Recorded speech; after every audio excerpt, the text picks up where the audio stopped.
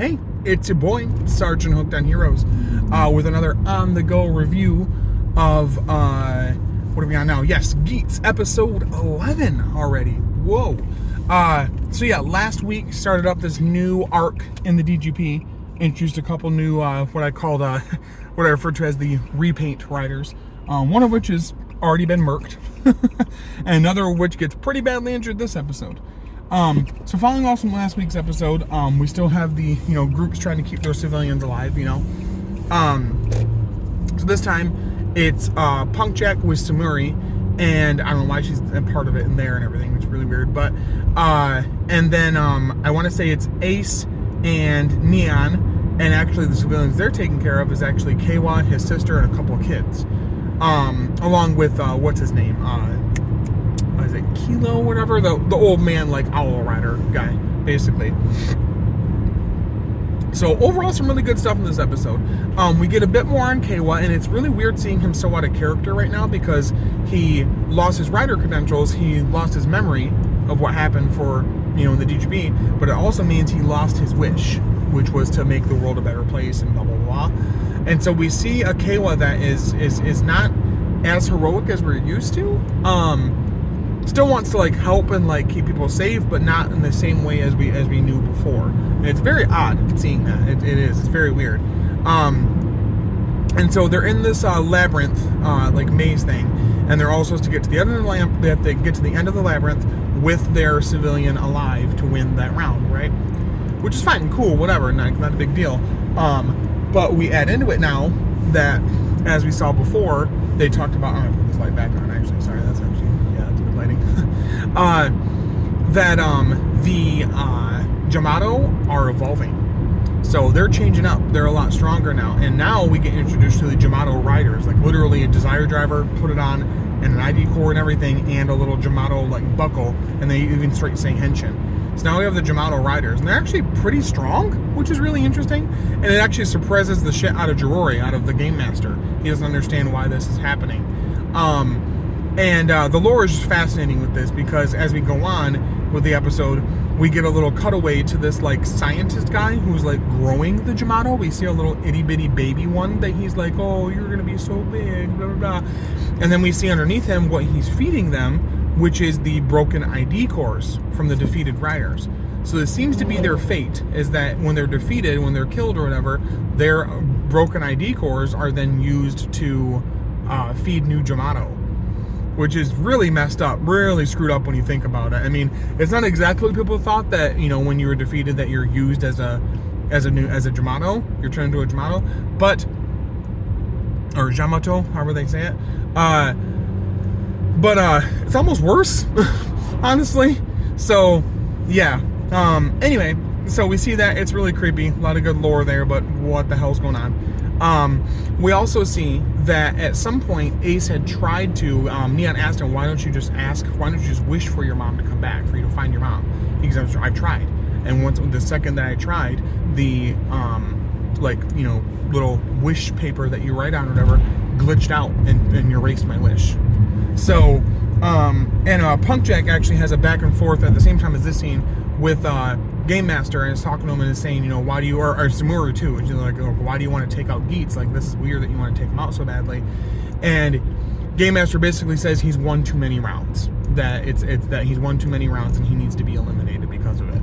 So I'm thinking that the more that Ace is winning these rounds, the more it's like destabilizing the game, if you will, and he's starting to figure out the holes and the ins and outs and all of that, yeah, so it's really interesting with how that all comes together there. So, we do get some really good fights in this episode between the Jamato riders and the normal riders.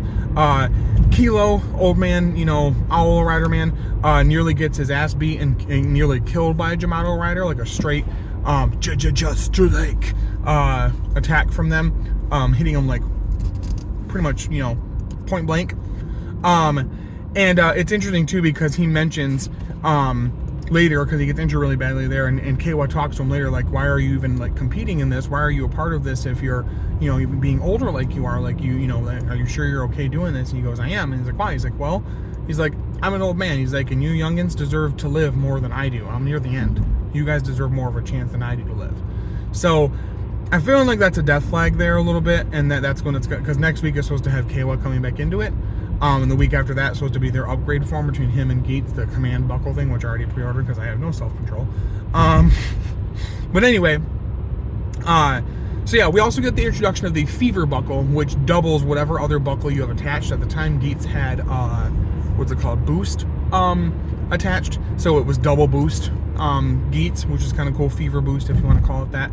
It's pretty cool. It gives them like a little, basically the fever buckle is like the slots thing, and it's like casino slots buckle, and it gives them a gold version of whatever their personal item is. Like for Geats, it's his, scarf thing. For Nago, it would be her bracelets, I want to say. For Michinaga or Buffa, it would be his little, like, loincloth thing, whatever. So yeah, and then it doubles whatever buckle they have. So Buffa would be, zombie or whatever. So it's really interesting buckle. I don't want to pre-order it really. I do like the raised buckles, the bigger ones and everything, but I don't know. I don't need it. I think it looks cool, but I don't like want it that bad. The command one, absolutely, and I'll be doing a Toko Toy review on that for sure. So yeah, we ended off with it being kind of uncertain what's going to happen for next week. They are still trying to escape the labyrinth, and I believe at one point Michinaga kind of figures out that Punk Jack is going after Geats, and he wonders why he's doing that. And I think sorta wants to help him, but I think it's more of like a espionage type thing, trying to like a recon thing.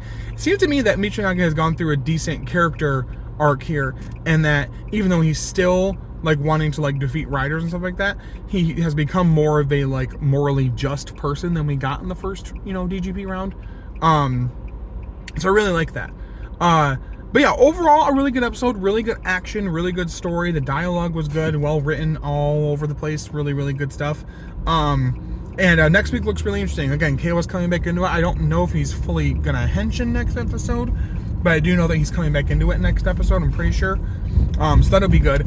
Also, I want more on the whole, his sister touched the ID core and got the memories of their parents, that their parents were murdered in a DGP round, because she talks about things in this that seems as though she didn't lose her memory when everything went down.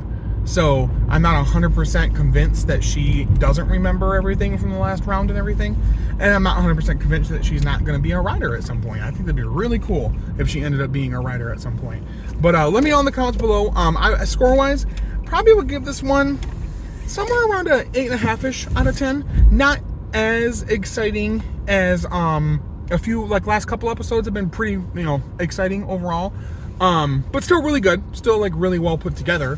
Just wanting more, and I'm excited for K1 next week. So, yeah, somewhere around 8.5, 9 out of 10. Let me know in the comments below. What do you guys think about the episode? Did you guys love this week's episode of Geats? Were you kind of in the middle?